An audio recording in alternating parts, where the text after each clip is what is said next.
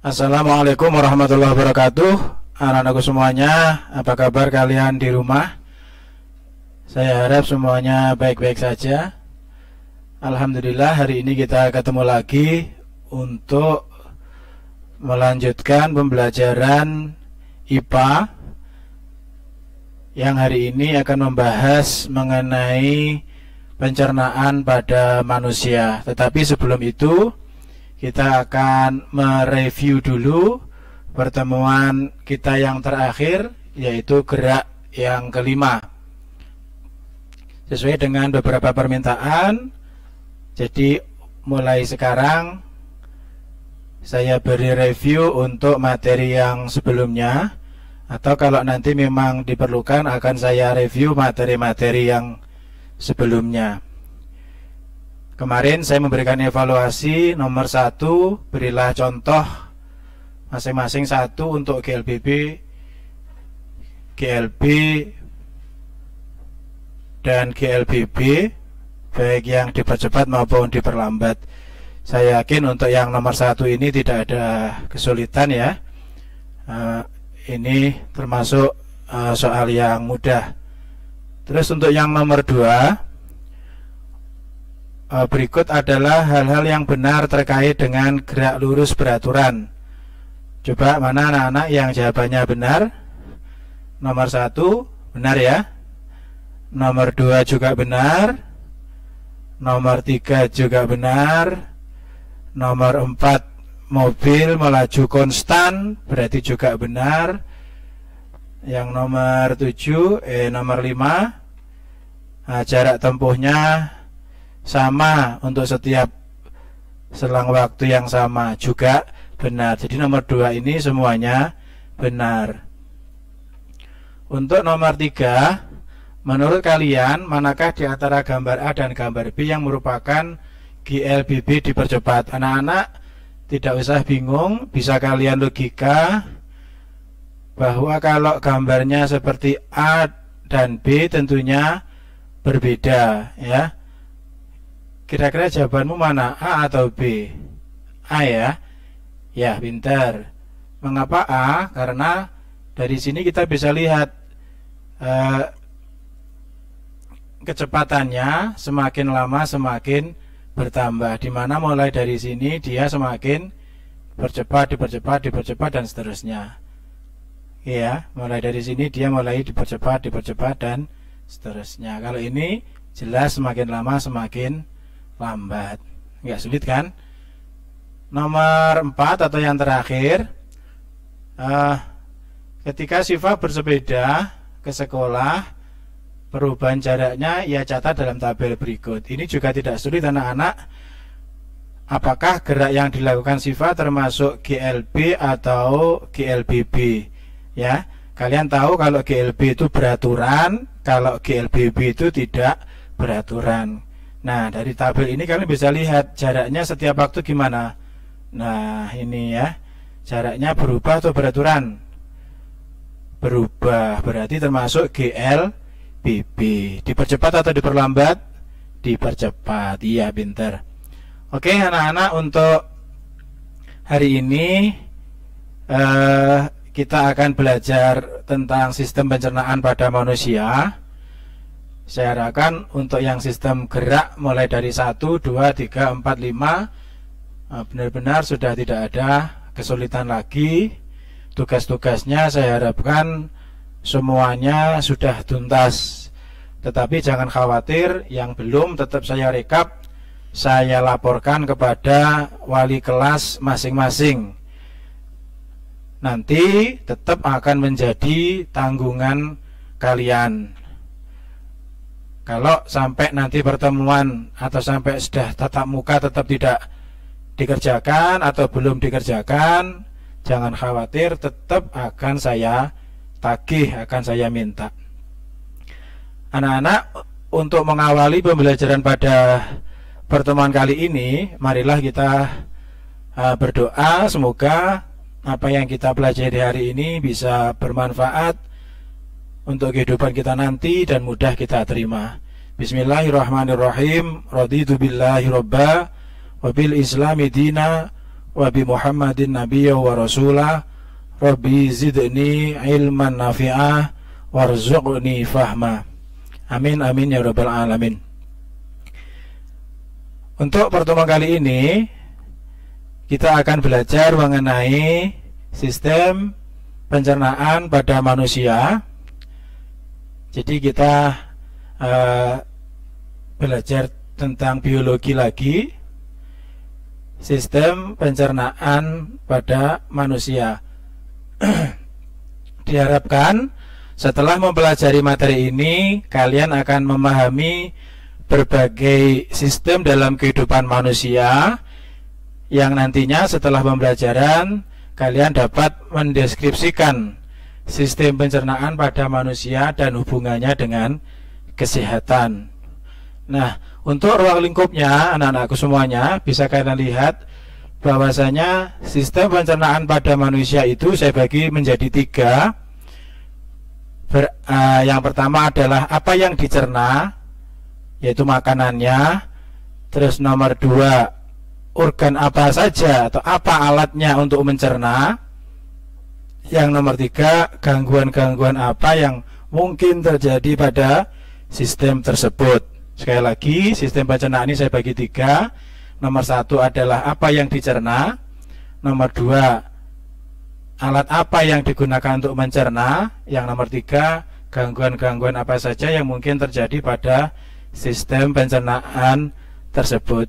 Anak-anak bisa kalian lihat bahwa makanan ini ya dibagi menjadi 2 paling tidak. Yang pertama ada yang tidak harus dicerna. Yang nomor 2 ada makanan yang harus dicerna dulu agar bisa diserap oleh tubuh.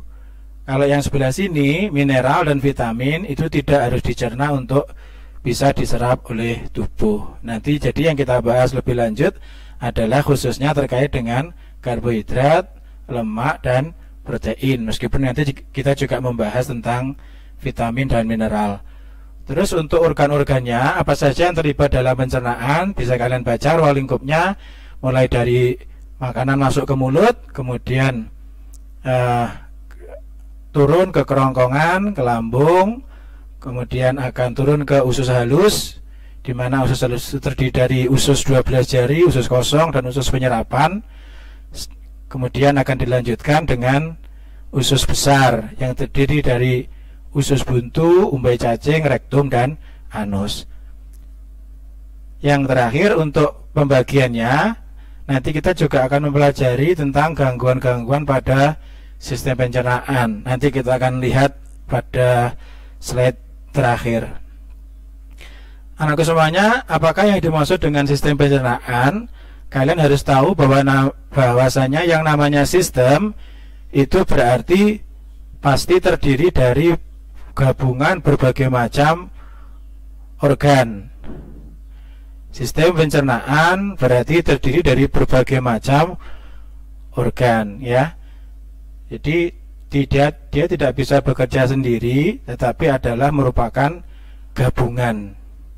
Mulai dari awal ya, dari organ mulut, organ kerongkongan, lambung, usus halus, usus besar, membentuk sebuah sistem yang namanya adalah sistem pencernaan. Itu ya. Jadi saya harapkan kalian bisa paham di situ. Nah, apakah itu sistem pencernaan? Sistem pencernaan adalah proses merubah atau memecah makanan dari yang ukurannya besar atau molekulnya kompleks, molekulnya besar menjadi molekul yang lebih sederhana, menjadi molekul yang lebih kecil dengan menggunakan bantuan enzim, bantuan organ-organ pencernaan, serta bantuan bakteri, khususnya bakteri baik dalam sistem pencernaan. Jadi kalian bisa tahu mengapa harus dicerna adalah supaya makanan tersebut bisa diserap dengan baik oleh tubuh kalian.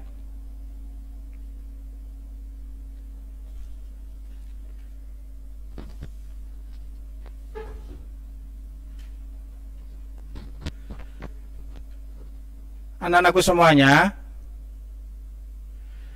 sistem pencernaan dibagi menjadi 3. Yang pertama yaitu pencernaan mekanis. Yang kedua adalah pencernaan kimiawi atau enzimatis. Yang ketiga adalah pencernaan biologis, ya. Pencernaan mekanis itu adalah pencernaan makanan secara fisik. Jadi dari bentuk kasar menjadi bentuk halus. Misalkan nasi kalian kunyah, dari ukurannya yang sebesar itu menjadi halus. Kemudian untuk memudahkan kalian menelan, itu pencernaan mekanis. Nah, pencernaan kimiawi atau dikenal juga dengan pencernaan enzimatis, yaitu pengubahan molekul besar menjadi molekul sederhana dengan bantuan enzim-enzim pencernaan. Anak-anak, meskipun makanan itu sudah menjadi bubur, itu belum bisa diserap oleh tubuh. Meskipun bentuknya masih sudah berupa bubur, itu molekulnya masih kompleks, molekulnya masih besar. Jadi harus dipecah lagi menjadi molekul yang lebih sederhana atau molekul yang kecil. Dari yang molekul yang rantainya panjang dirubah menjadi molekul dengan rantai-rantai yang pendek atau molekul dengan rantai yang sederhana sehingga dapat diserap oleh pencernaan kalian. Nah, adapun pencernaan biologis itu pencernaan yang memanfaatkan bantuan bakteri atau mikroorganisme yang baik.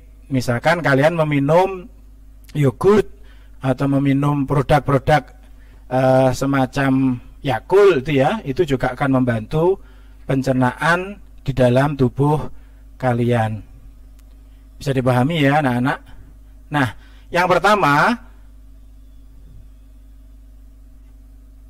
makanan atau zat makanan ini sudah maklum sekali ya, kalian sudah sering mempelajari ini.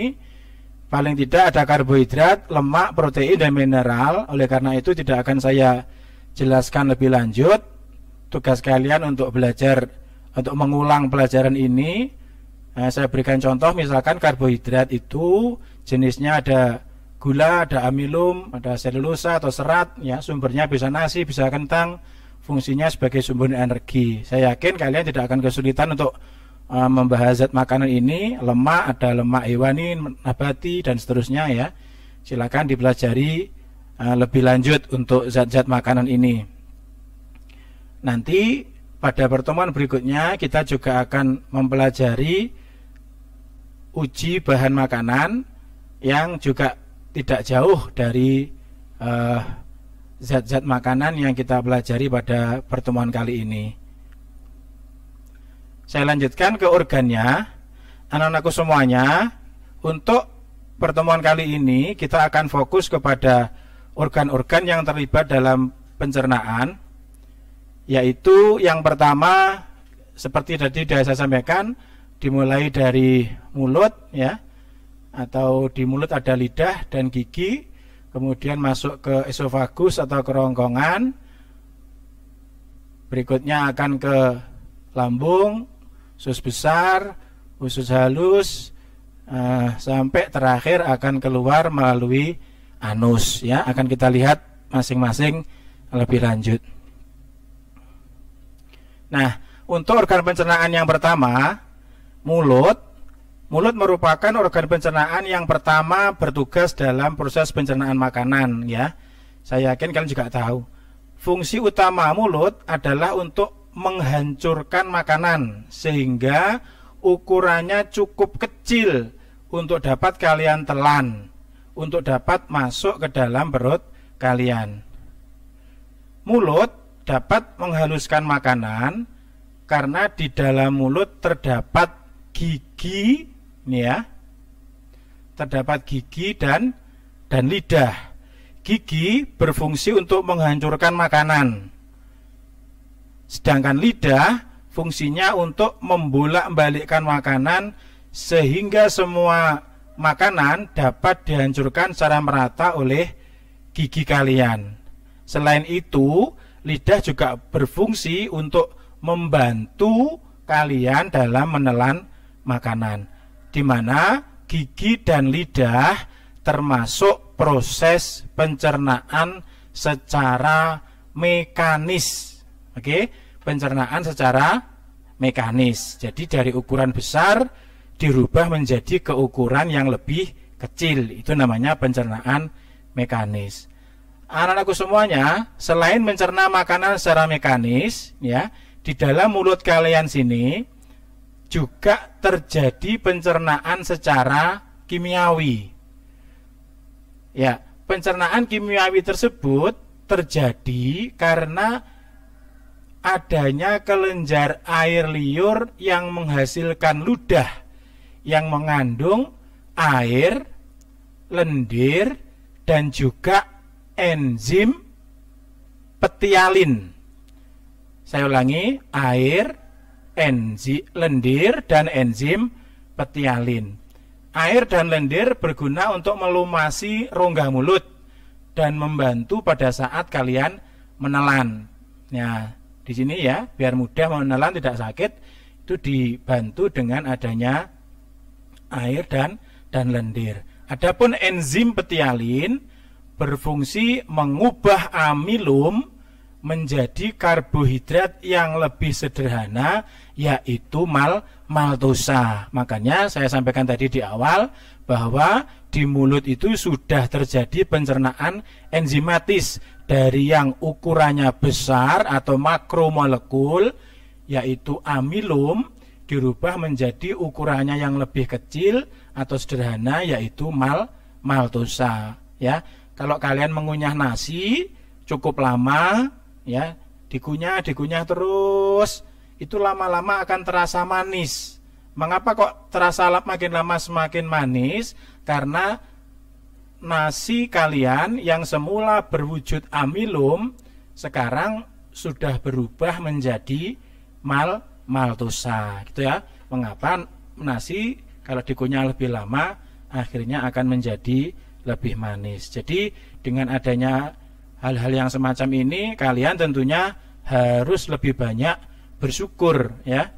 Ada sudah diberikan nikmat-nikmat oleh Allah sehingga bisa merasakan enaknya atau nikmatnya memakan, bisa menelan dan seterusnya. Anakku semuanya, untuk yang kedua, organ pencernaan yang kedua yaitu kerongkongan. Ya, bisa kalian lihat detailnya.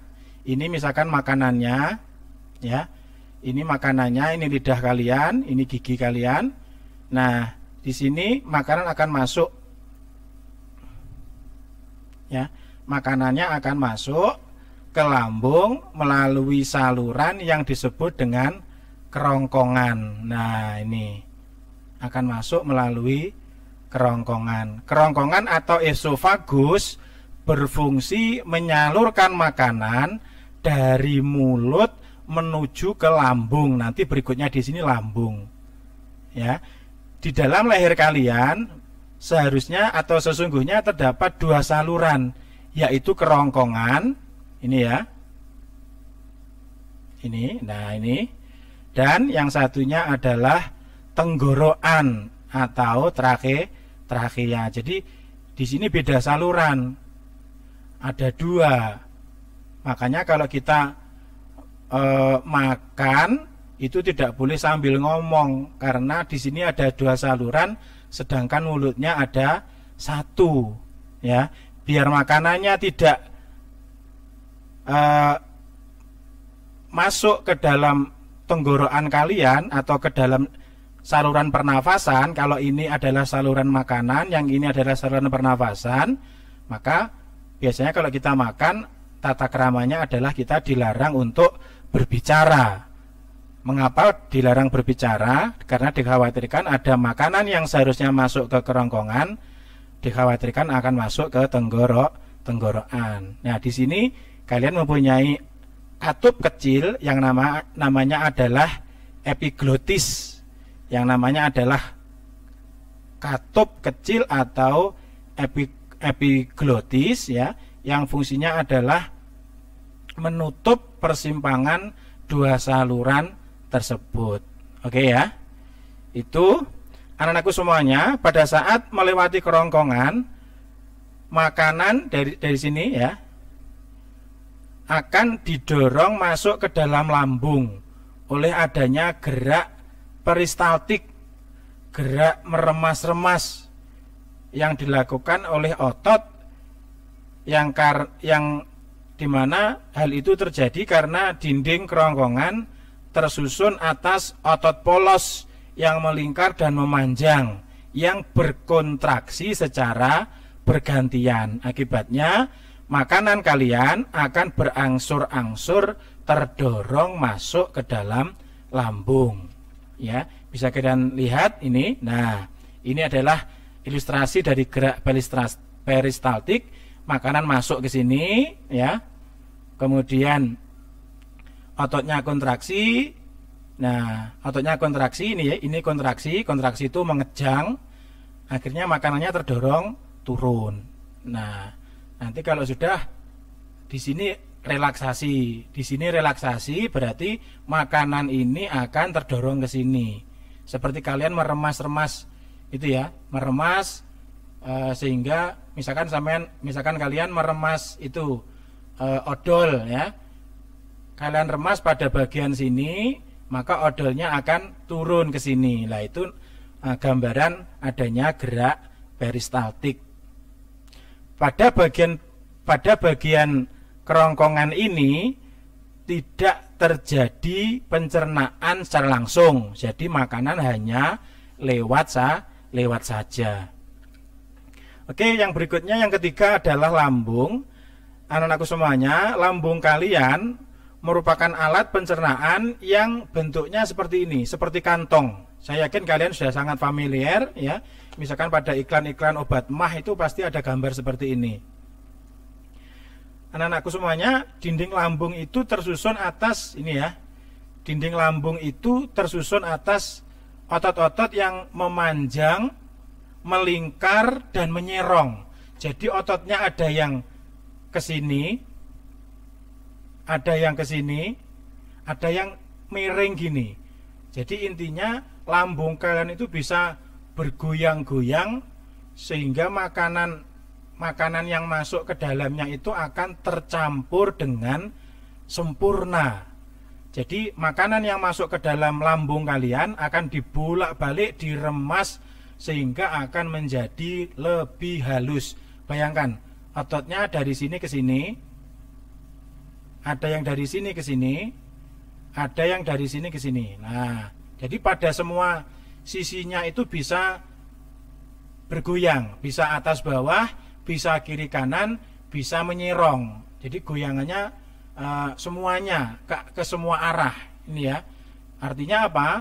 Makanan yang masuk pasti akan terbolak-balik dengan sempurna di dalam lambung kalian. Mengapa demikian? Karena makanan yang kalian kunyah itu seringkali memang belumlah cukup halus. Betul ya? Biasanya kita makan sering terburu-buru.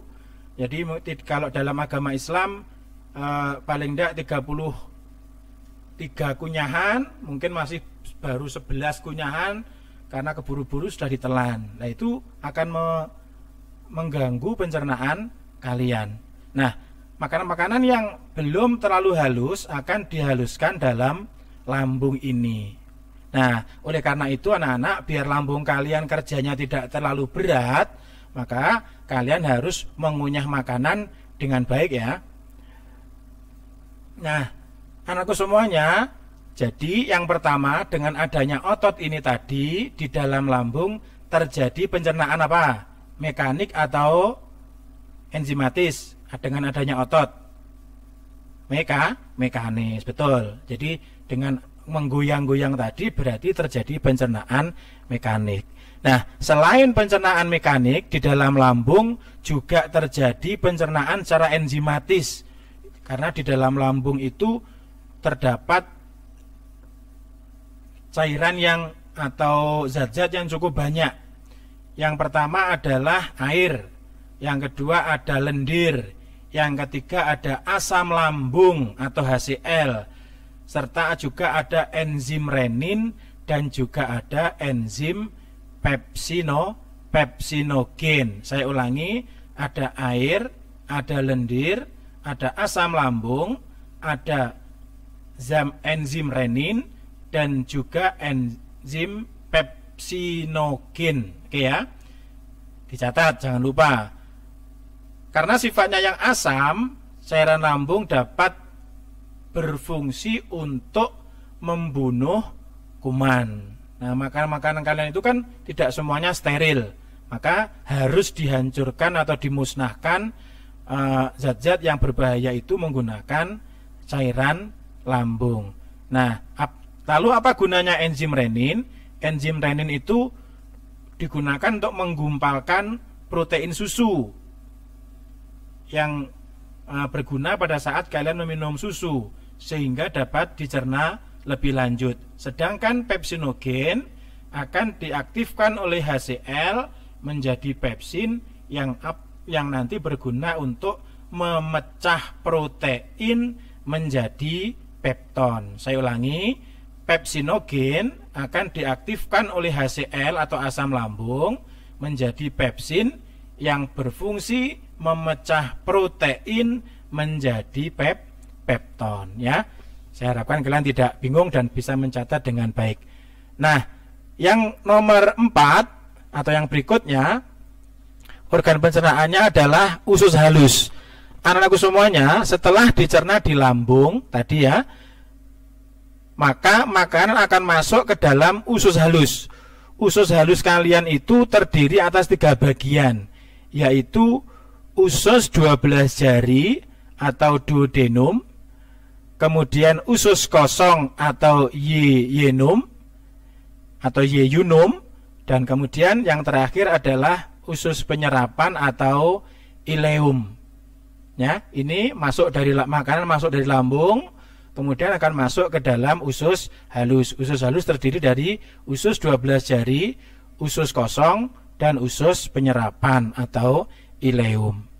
Usus 12 jari dan usus kosong berperan penting dalam pencernaan makanan secara kimiawi. Ya, di usus 12 jari tersebut, kantong empedu dan pankreas, di sini ya, kantong empedu dan pankreas akan mengeluarkan cairan pencernaannya. Oke, empedu dihasilkan oleh kantong empedu yang akan berperan dalam pencernaan lemak dengan cara mengemulsikan lemak sehingga dapat dicerna lebih lanjut. Saya lanjutkan dulu. Sedangkan cairan pankreas ya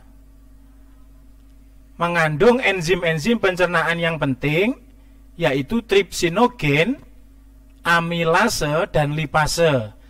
Tripsinogen akan diaktifkan oleh enterogenase menjadi tripsin yang berfungsi mencerna protein menjadi asam amino. Amilase akan mencerna amilum menjadi glukosa, sedangkan lipase akan merubah atau mencerna lemak menjadi asam lemak dan gliserol. Nah, nanti pada pertemuan berikutnya insya Allah akan saya tampilkan tabelnya tentang ini ya. Nanti akan saya ulangi untuk enzim-enzim ini karena jumlahnya cukup banyak. Anak-anak tidak usah khawatir. Untuk yang pertemuan kali ini kita persingkat saja. Nanti pada pertemuan kedua insya Allah akan saya bahas lebih lanjut terkait enzim-enzim pada masing-masing organ, mulai dari mulut, enzimnya apa, fungsinya apa, itu ya. Nanti akan saya buatkan tabel secara khusus.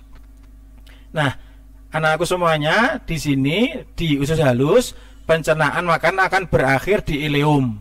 Nah, nanti kemudian setelah makanan itu dicerna dengan sempurna, maka akan diserap melalui pembuluh darah pada dinding ileum. Nah, disinilah makanan kalian itu, bagaimana makanan itu bisa berpindah ya dari bentuk, misalkan dari nasi kemudian bisa berubah menjadi energi yang akan diedarkan ke seluruh tubuh. Nah, di sini proses terjadinya. Di mana tadi? Di bagian ileum, ya. Itu nanti akan saya bahas lebih lanjut pada pertemuan berikutnya. Biar pertemuan yang kali ini tidak terlalu panjang. Nanti insya Allah saya buatkan tabel enzim-enzim mulai dari mulut sampai dengan yang terakhir. Yang terakhir anak-anakku semuanya, pencernaan di usus besar.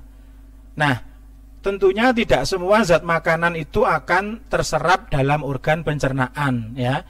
Zat-zat yang tidak terserap dalam usus halus khususnya akan masuk ke usus besar atau kolon. Ini yang berikutnya, ini usus besar atau kolon. Di dalam usus besar ini terjadi penyerapan air dan pembusukan sisa-sisa makanan oleh bakteri pembusuk, ya, bakteri pembusuk. Bakteri ini berperan dalam pembusukan di dalam usus kalian. Akhirnya sisa-sisa makanan akan dikeluarkan dalam bentuk kotoran atau feses, ya, akan keluar melalui anus. Nah, itu anak-anakku semuanya terkait dengan organ pencernaan. Insya Allah sekali lagi untuk organnya insya Allah sudah semuanya. Tetapi nanti untuk enzim-enzimnya akan saya bahas secara tersendiri biar kalian lebih paham. Nah, yang terakhir dari saya, gangguan pada sistem pencernaan. Ini ya, gangguan pada sistem pencernaan itu cukup banyak pada sistem pencernaan. Ya, misalkan yang sudah kalian familiar adalah diare, ya, mah, sembelit, itu kalian saya yakin sudah paham. Jadi nanti bisa kalian pelajari sendiri.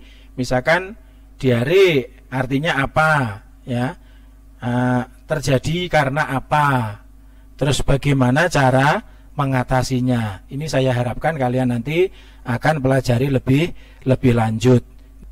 Untuk evaluasinya kalian bisa mengerjakan melalui link berikut, evaluasi pencernaan 1, yang nanti akan diikuti dengan evaluasi pencernaan 2 atau 3. Mohon dikerjakan paling lambat 18 September 2020. Anak-anak, sekali lagi mohon untuk semua materi tadi dicatat, khususnya adalah zat-zat makanan dan organ-organnya. Untuk enzim-enzimnya nanti akan kita bahas lebih lanjut pada pertemuan kedua atau evaluasi pencernaan yang bagian yang kedua. Demikian, mohon anak-anak bisa mengerjakannya dengan sebaik-baiknya. Kita baca hamdalah bersama-sama. Alhamdulillahirabbil alamin. Ihdinas siratal mustaqim. Assalamualaikum warahmatullahi wabarakatuh.